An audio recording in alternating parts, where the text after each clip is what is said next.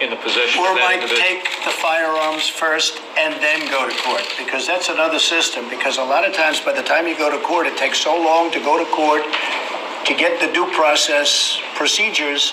I like taking the guns early, like in this crazy man's case that just took place in Florida. He had a lot of firearms. They saw everything. To go to court would have taken a long time. So you could do exactly what you're saying, but take the guns first, go through due process second. What's up, ladies and kinks? It's Marv, April 3rd, 2018, and it has begun.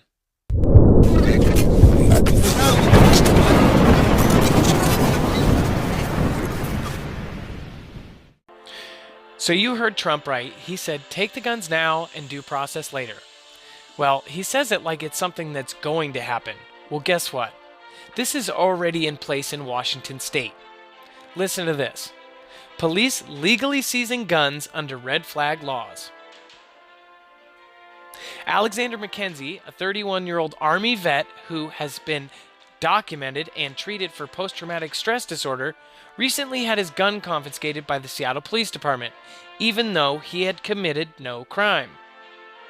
It's one of 27 guns seized legally by the Seattle Police Department from 16 different individuals since last July. Under what law? It's called the New Extreme Risk Protection Order Law. And basically, if they suspect you might commit a crime, then they will confiscate your guns. Now, that Alexander, he didn't commit a crime. He stared at somebody in a pizza parlor with a gun on his hip. And no, they did not just confiscate the gun that was on his hip that he was permitted for. They went to his house and they took all of his guns. And then he has 2 weeks to basically fight for his weapons back. This is complete bullshit, and it's a violation of the Second Amendment, and I don't know how this got through. But if you guys saw a video I just did a month ago, Seattle has actually gone in and out and quietly and quickly passed bills shielding this kind of information from the public. In fact, they can pass bills like this very quickly and very quietly now, especially because they passed the bill that hides these bills. So please do yourself a favor. Don't assume this is not coming to your state. Write your local legislature and make sure that this kind of thing doesn't come to you. Because, God forbid, if this happens in all 50 states, they could claim anything and take your guns. And what's remarkable is the lack of conflict and controversy as police go and seize guns from people who are deemed to be a danger to themselves or others. There is plenty of due process built into the law, and that's the key. Immediate family members and police can petition for an ERPO, or Extreme Risk Protection Order. A judge weighs the evidence and usually signs the petition.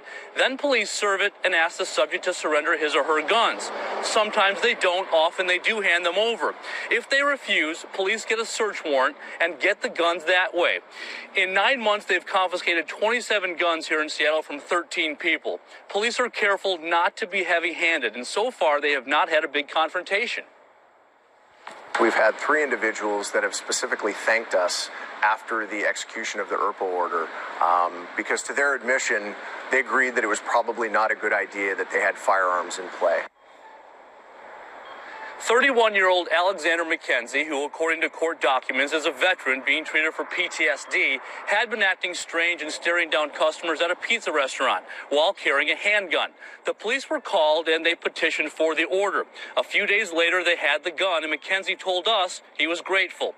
Only 6 states have these red flag laws, but in the wake of the mass tragedies in Parkland, Florida, and the church shooting in Texas, many more are considering them. So far in Washington state, there has not been a complaint that gun rights were violated. We've seen the downside to people who are distraught or crazy, taking out their problems on the general public. We don't want that to happen. These laws are a major priority for the Brady campaign, and they are being considered right now in 30 states.